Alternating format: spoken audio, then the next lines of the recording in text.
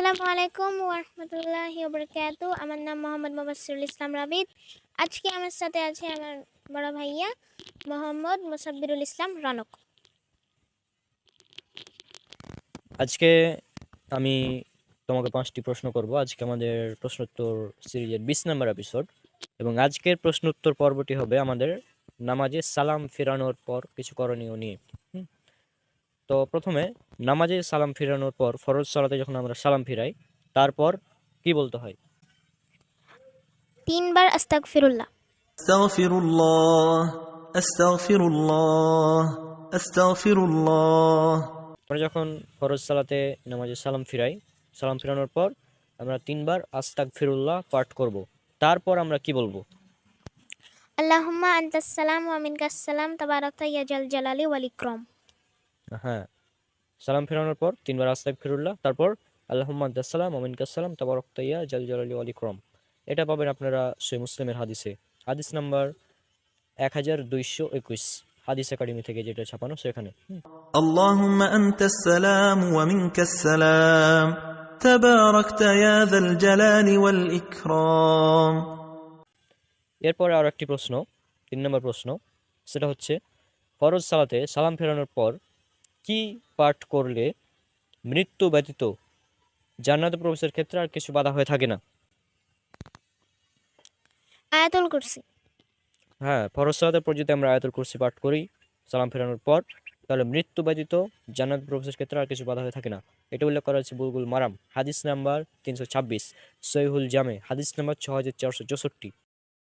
الله لا إله إلا هو الحي القيوم لا تأخذه سنة ولا نوم له ما في السماوات وما في الأرض من ذا الذي يشفع عنده إلا بإذنه يعلم ما بين أيديهم وما خلفهم ولا يحيطون بشيء من علمه إلا بما شاء وسع كرسيه السماوات والأرض ولا يؤوده حفظهما وهو العلي العظيم।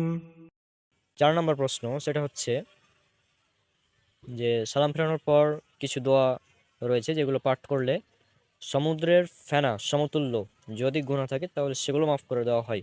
তো সেগুলো কি কি? 33 বার সুবহানাল্লাহ, 33 বার আলহামদুলিল্লাহ, 33 বার আল্লাহু আকবার। লা ইলাহা ইল্লাল্লাহু ওয়াহদাহু লা শারীকা লাহু লাহুল মুলকু ওয়া লাহুল হামদ ওয়া হুয়া আলা কুল্লি শাইইন কাদির। হুম, তাহলে এই ছিল আমাদের 4টি প্রশ্ন। আর এই হাদিসটা আপনারা পাবেন সহিহ মুসলিমে, হাদিস নাম্বার 1239, হাদিস একাডেমি থেকে ছাপানো, সেখানে এটা আপনারা পেয়ে যাবেন। সুবহানাল্লাহি ওয়াল হামদুলিল্লাহ ওয়াল্লাহু আকবার লা ইলাহা ইল্লাল্লাহু ওয়াহদাহু লা শারীকা লাহু লাহুল মুলকু ওয়া লাহুল হামদু ওয়া হুয়া আলা কুল্লি শাইইন কাদির। হ্যাঁ, যে 33 বার সুবহানাল্লাহ, 33 বার আলহামদুলিল্লাহ, 33 বার আল্লাহু আকবার পাঠ করা। কোন কোন বর্ণনা এসেছে 34 বার আল্লাহু আকবার, অথবা একবার লা ইলাহা ইল্লাল্লাহু ওয়াহদাহু লা শারীকা লাহু লাহুল মুলকু ওয়া লাহুল হামদু ওয়া হুয়া আলা কুল্লি শাইইন কাদির। এটা 5 নম্বর প্রশ্ন হচ্ছে পুরুষদের জন্য, ছেলেদের জন্য নফল এবং সুন্নাত সালাত পড়া কোথায় উত্তম? বাড়িতে। পুরুষদের জন্য নফল এবং সুন্নাত সালাত বাড়িতে পড়াটাই উত্তম। এটা আছে সহিহ বুখারীতে, হাদিস নাম্বার 731। তো আশা করছি আপনাদের এই সিরিজগুলো ভালো লাগছে। আমাদের 20টি এপিসোড পূর্ণ হলো আজ। ইনশাল্লাহ আমরা ধীরে ধীরে ছোট ছোট প্রশ্ন উত্তরের মাধ্যমে আমরা ইসলামটাকে জানার চেষ্টা করব। আজকে বিদায় নিচ্ছি।